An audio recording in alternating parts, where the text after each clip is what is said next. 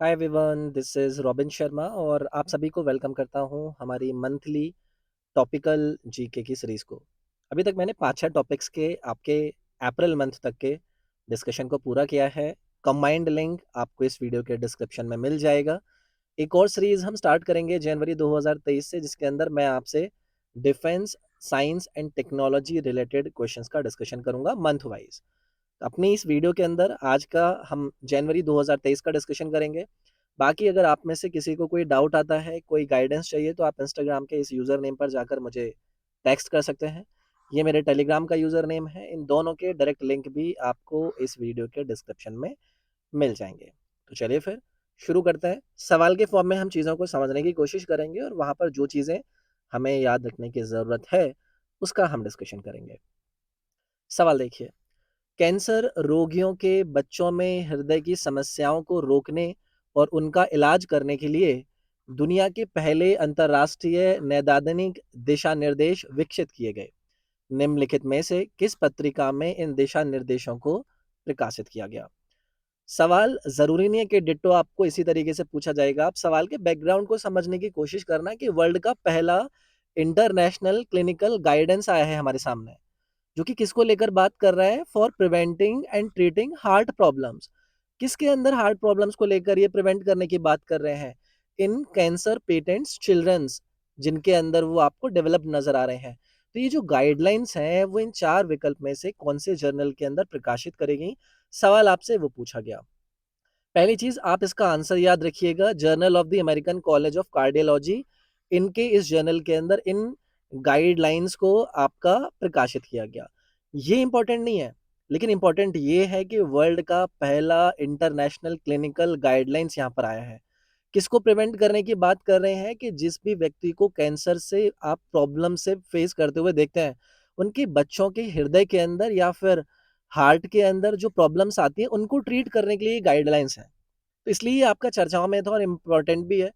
लेकिन सवाल का रूप मुझे इसलिए यहाँ पर बना कि जनरली ऐसे जो जर्नल्स होते हैं और वर्ल्ड लेवल पर ऐसी कोई बड़ी अगर ब्रेक थ्रू आती है, तो ऐसे जर्नल्स के नाम आपसे आपके पेपर के अंदर पूछे जा सकते हैं। तो ये आपको याद रखना है, journal of American college of cardiology. Purpose क्या था, उद्देश्य क्या था, ये बात थी क्यों मार्केट में, वो मैंने आप लोगों के साथ डिस्कस की। अगला सवाल देखिएगा आपसे क्या पूछ रहा है। US food and drug administration, जिसको हम एफडीए के नाम से भी जानते हैं, ने अल्जाइमर के इलाज के लिए लेकानेमाब दवा को मंजूरी दी। दवा निम्नलिखित में से किसके द्वारा विकसित करेगी? तो पहले तो आपसे कंपनी का नाम पूछ लिया है। आपका ये साइंस के क्षेत्र से एक सवाल इंपॉर्टेंट बन के यहाँ पर आ रहा है। किसके हम ट्रीटमेंट की बात कर रहे हैं? अल्जाइमर्स की। कौन सा डिपार्टमेंट है? US food and drug administration. अगर इतना बड़ा डिपार्टमेंट अप्रूवल दे रहा है ना, और आपके इस प्रकार के ट्रीटमेंट को करने के लिए, यानी कि इस प्रकार के एक इंपॉर्टेंट डिजीज के ट्रीटमेंट के लिए, तो भाई साहब ये सवाल हमारे लिए इंपॉर्टेंट हो जाता है।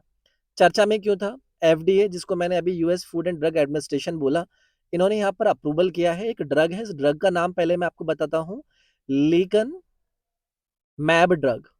अगर आप इसको भी याद रख के, तो ये भी याद रखिएगा, ये आपके इस ड्रग का नाम है, लेकिन मैप ड्रग इसको हम कह रहे हैं। This is a drug for the treatment of Alzheimer disease.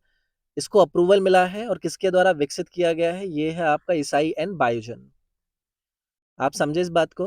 तो ऐसी ये सेकेंड प्रकार की ऐसी ड्रग है जिसको एफडीए के द्वारा अप्रूवल मिला है।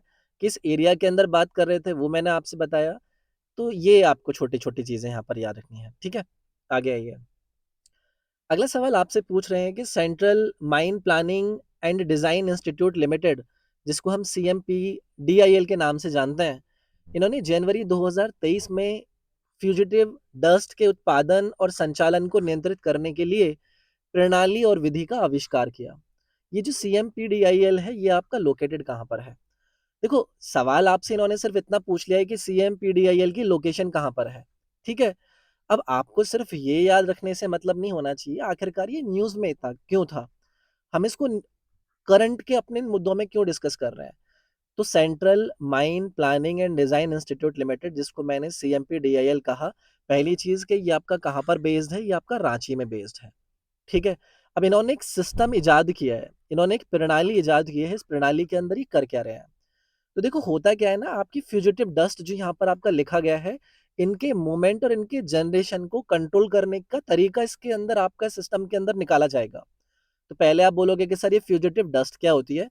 तो आप ऐसे मान लीजिएगा जैसे कि आप पार्टिकुलेट मैटर पार्टिकल्स की बात करते हैं ना, जो कि आपका एयर पॉल्यूशन में इन्वॉल्व रहता है। तो इसको आपका ये जनरेट करने या फिर उनके सोर्सेज़ क्या हैं, कैसे वो डिस्चार्ज होता है, उसको लेकर ये आपको जानकारी प्रदान करेगा।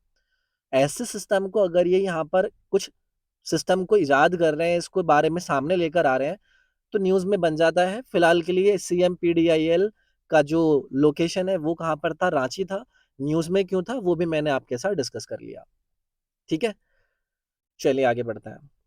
अगला सवाल आपसे पूछ रहा है कि निम्नलिखित में से किसने 11 जनवरी 2023 को स्काईहॉक नाम का भारत का पहला 5G सक्षम ड्रोन विकसित किया है, जो वर्टिकल टेक ऑफ और लैंडिंग करने में सक्षम है?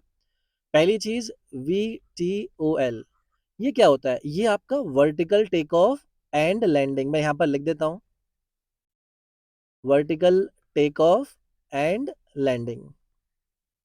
अब इसका मतलब क्या है? मतलब मान लीजिए कि ये आपका ये ड्रोन है, ये आपका इस जगह पर रखा हुआ है। अब इसको ये नहीं है कि इसको रनवे की जरूरत हो, पहले मतलब रन करेगा फिर ये वहां से टेक ऑफ करेगा। ये अपनी वर्टिकल लोकेशन से ही टेक ऑफ और लैंड कर सकता है। तो ये बड़ी एक टेक्नोलॉजी है।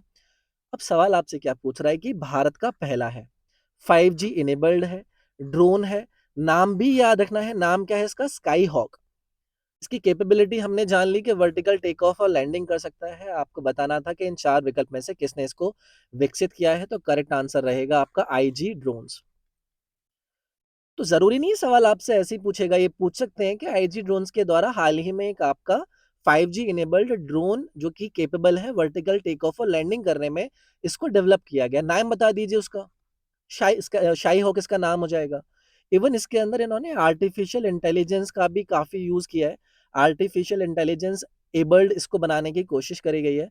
तो ये एक चीज आपको यहाँ पर याद रखनी है। टेक्नोलॉजी सेक्टर से ये आपका अच्छा सवाल था, याद रखिएगा। स्काई हॉक नाम था, आईजी ड्रोन्स कंपनी ने इसको विकसित किया। अगला सवाल आपसे पूछ रहे हैं कि निम्नलिखित में से किस संस्थान के शोधकर्ताओं ने सिबिल नामक एआई उपकरण का विकास और सफलतापूर्वक परीक्षण किया है, जो प्रभावी रूप से फेफड़ों के कैंसर के जोखिम का पूर्वानुमान लगा सकता है? भाई आर्टिफिशियल इंटेलिजेंस टूल, नाम याद रखिएगा, साइबिल इसका नाम है। अभी प्रिडिक्शन किसकी कर रहा है? पता किसके बारे में लगा रहा है? ये लंग कैंसर रिस्क को यहाँ पर प्रिडिक्ट कर सकता है। और आपसे यहाँ पर पूछा गया है कि किसके रिसर्च ने इसका ये डेवलपमेंट किया है, ये सक्सेसफुली टेस्टिंग किया है। आप समझ रहे हो कितनी बड़ी चीज हो जाती है। तो आपका ये न्यूज में इसलिए था कि एक आपका इंस्टीट्यूट है जिसका नाम है आपका मासाchusetts, ये आपको यहाँ पर लिखा हुआ है ना, मासाchusetts इंस्टीट्यूट ऑफ टेक्नोलॉजी। इनके रिसर्च ने ये आपका एक एआई टूल यहाँ पर इजाद किया है, टेस्टिंग किया है, जिसका नाम क्या है? साइबिल। साइबिल। और ये आपका प्रिडिक्ट क्या कर रहा है? ये आपकी लंग कैंसर रिस्क को इफेक्टिवली प्रिडिक्ट कर सकता है, आपकी इमेज को, यानी कि एक इमेज को अच्छे से लुक करके देख सकते। और ये आपकी चर्चा में था। ये एक जर्नल के अंदर एक्चुअली में ये प्रकाशित हुआ था। इस जर्नल का अगर आप नाम याद रख सकें तो ये है आपका जर्नल ऑफ क्लिनिकल ऑन्कोलॉजी। ठीक है, तो यार ये बड़ी न्यूज है। ठीक है, ये बड़ी न्यूज है, इसका नाम भी याद रखिएगा, साइबिल इसका नाम था। आगे आइए। अगला सवाल आपसे पूछ रहे हैं कि निम्न में से किसने LHS-475b नामक एक एक्सो की खोज करी? भाई ये आपका स्पेस एजेंसी यानी कि आपका साइंस एंड टेक्नोलॉजी से सवाल बन गया। आपसे पूछा जा रहा है कि इन चार विकल्प में से वो कौन सा आपका ऑप्शन है, एजेंसी है जिसने इसकी डिस्कवरी करी है। इसका नाम भी आपको याद रखना है। कल को इनको कुछ नहीं करना है, ये चुपचाप से आपसे पूछेंगे कि बताइए कि भाई नासा के द्वारा हाल ही में एक नए एक्सो की डिस्कवरी करी गई, बताइए उसका नाम क्या है? तो वहां पर आपको नाम बताना होगा, LHS-475b। अब ये आपका न्यूज में था कि नासा के टेलीस्कोप ने इसको यहाँ पर डिस्कवर कर दिया। इसके बारे में कहा जा रहा है कि लगभग 99% इसका जो आकार है, मतलब जो देखना रहता है, वो अर्थ जैसा है। लाइफ वहां पर एग्जिस्टिंग नहीं है, लेकिन स्टिल इसके बारे में ये बात कही जा रही है। अब यार नासा की बात आ रही है तो नासा को लेकर आप लोगों को हेडक्वार्टर्स पता होना चाहिए। वॉशिंगटन डीसी, यूएसए के अंदर इसकी लोकेशन है। फाउंडर को लेकर आपको आंसर पता होना चाहिए कि फाउंडर कौन थे इसके? Dwight D eigen he was the founder. और अगर आपसे फाउंडेशन की पूछी जाए तो फर्स्ट अक्टूबर 1958 को इसकी फाउंडेशन रखी गई। अगला सवाल आपसे पूछ रहे हैं कि 17 जनवरी 2023 को किसने वायु गुणवत्ता निगरानी प्रणाली के लिए तकनीक लॉन्च की है? ए आई ए क्यू एम एस V1.0, ये आपकी एक प्रणाली है जिसको आप एयर क्वालिटी मॉनिटरिंग सिस्टम की टेक्नोलॉजी से संबंधित मान रहे हैं। इसको लॉन्च किया तो देखो आपको यहाँ पर नजर आएंगे आपके अखिलेश कुमार शर्मा। कौन है ये? तो ये एक्चुअली में सेक्रेटरी हैं। मैं लिख देता हूँ किसके सेक्रेटरी हैं। मिनिस्ट्री, मैं इस फुल फॉर्म नहीं लिखता हूँ, MEITY लिख देता हूँ। मीटी क्या होता है? Ministry of electronics and IT। इन्होंने इसको लॉन्च किया है और एयर क्वालिटी मॉनिटरिंग सिस्टम है, इनके द्वारा इसको आपका लॉन्च किया गया है। कई सारी एजेंसीज और इंस्टीट्यूशंस के साथ कोलैबोरेशन के बाद इन्होंने लॉन्च किया है। इसके अंदर जो आपके पर्टिकुलेट मैटर्स होते हैं, चाहे आपका वो 1.0 PM वाला हो या फिर 2.5 वाला हो, चाहे वो टेम वाला हो, या फिर आपको सल्फर डाइऑक्साइड के बारे में पता लगाना हो, नाइट्रोजन ऑक्साइड के बारे में पता लगाना हो, कार्बन मोनोऑक्साइड के बारे में पता लगाना हो, तो इन सभी के बारे में ये आपको यहाँ पर क्वालिटी बताएगा, एनालिसिस करके बताएगा, रिलेटिव ह्यूमिडिटी के बारे में बताएगा। तो ऐसे जो मॉनिटरिंग सिस्टम होते हैं एयर क्वालिटी के लिए, अगर इनको लॉन्च कोई कर रहा है वो इम्पोर्टेंट है, इसका नाम क्या है वो इम्पोर्टेंट है, और किस एरिया के अंदर ये आपका आ रहा है वो भी इम्पोर्टेंट है। ठीक है, चलिए आगे आइए। अगला सवाल आपसे पूछ रहे हैं कि निम्नलिखित में से कौन जनवरी 2023 में भारत में भूमिगत खानों में स्वायत्त ड्रोन उड़ाने वाली पहली भारतीय फर्म बन गई है? मैं दोबारा से पूछता हूँ, कौन बन गया है पहला इंडियन फर्म जिन्होंने फ्लाई किया autonomous drone underground mines in India के अंदर उड़ाने के लिए? देखो पहले तो इसका आप नाम याद रख लो, नाम है इसका स्क्वाड्रोन। अब ये भारत की पहली फर्म बन गई है। कर क्या रहे हैं वो मैंने आपको बता दिया कि अंडरग्राउंड जो माइंस होती हैं, जैसे कि इन्होंने इसको आपका उदयपुर राजस्थान के अंदर अंडरग्राउंड माइंस के अंदर इसको यूज किया। मैं यहाँ पर लिख देता हूँ उदयपुर राजस्थान के एक आपकी माइन हिंदुस्तान जिंक लिमिटेड के अंदर ही चल रहा था। वहां पर इन्होंने स्काईड्रन ने अपना ये आपका एक जो ड्रोन है इनको यहाँ पर उड़ाया। इससे होता क्या है ना, हमें बहुत सारी चीजें पता चल लग जाती हैं कि नीचे लोकेशन कैसी कैसी है, मैपिंग के बारे में पता लग जाता है। अब ऐसे तो नहीं है ना कि आप या मैं वहां पर जाकर सारी की सारी चीजों का मैपिंग करने लगेंगे। तो ये बड़ी चीज थी। स्क्वाड्रोन इसका नाम है। क्या किया है वो भी हमने जान लिया। अगला सवाल है भार OS भारत का स्वदेशी मोबाइल ऑपरेटिंग सिस्टम निम्नलिखित में से किस IIT के द्वारा विकसित किया गया? सवाल की इंपॉर्टेंस आप समझ गए होंगे। नाम पहले याद रखिएगा, भार OS इंडिया का इंडिजिनस मोबाइल ऑपरेटिंग सिस्टम है। इन चार विकल्प में से किसके द्वारा इसको डेवलप किया गया? न्यूज में क्यों था? IIT मद्रास, इन्होंने साथ मिलकर, नाम क्या है इनका? जैनकॉर्प्स, ये शॉर्ट फॉर्म में लिख दिया है मैंने, जैनकॉर्प्स या फिर जैन के ऑपरेशन प्राइवेट लिमिटेड फर्म के साथ इन्होंने मिलकर इसको आपका डेवलप किया है। हमारे लिए इंपॉर्टेंट इसलिए हो जाता है कि भारत की अगर कोई इस प्रकार की इंस्टीट्यूशन इन्वॉल्व होती है तो वो अच्छा एक पार्ट बनता ही है। और साइंस एंड टेक्नोलॉजी के क्षेत्र में ऐसे ऐसे अलग अलग ऑपरेटिंग सिस्टम को अगर कोई डेवलप कर रहा है तो यार ये याद रखने की जरूरत है। तो IIT मद्रास आपको यहाँ पर याद रखना है। ये है आपका जनवरी के डिफेंस और साइंस एंड टेक से बनने वाले न्यूज का अंतिम सवाल। तो भारत ने कोविड-19 के खिलाफ पहला made in India nasal vaccine, नाम क्या है, इनकोवैक लॉन्च किया। अब आपको बताना है इन चार में से किसने इस टीके को विकसित किया, यानी कि इस वैक्सीन को डेवलप किया। पहली चीज के नाम क्या है इसका? Incovacc. Made in India nasal vaccine है पहली, ये हो गया। कंपनी कौन सी है जिसने इसको डेवलप किया है? भारत बायोटेक ने डेवलप किया है। ये सारी चीजें इंपॉर्टेंट है, इसका नाम इंपॉर्टेंट है। कोविड-19 की first made in India nasal vaccine है, भारत बायोटेक इसको डेवलप कर रहा था। ये आपका एक इंपॉर्टेंट पार्ट बनता है। भारत बायोटेक की बात करूं तो इसका हेडक्वार्टर हैदराबाद के अंदर है।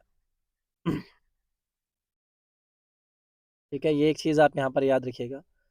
तो फाउंडेशन अगर डेट आप याद रखना चाहें, 1996 को ये आपका फाउंडेशन करी गई है। और जो ड्रग डिस्कवरी हो या फिर ड्रग को डेवलप करना हो, वैक्सीन को मैन्युफैक्चरिंग करना हो, उसके अंदर ये इन्वॉल्व रहता है। तो यार ये थी आपकी क्लास और आई होप आपको पसंद आई होगी। पसंद आई तो लाइक ज़रूर कीजिएगा। इस वीडियो को शेयर भी कर सकते हैं, चैनल को सब्सक्राइब कीजिएगा।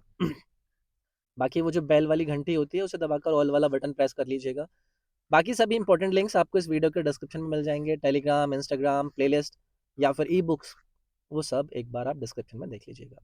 Thank you.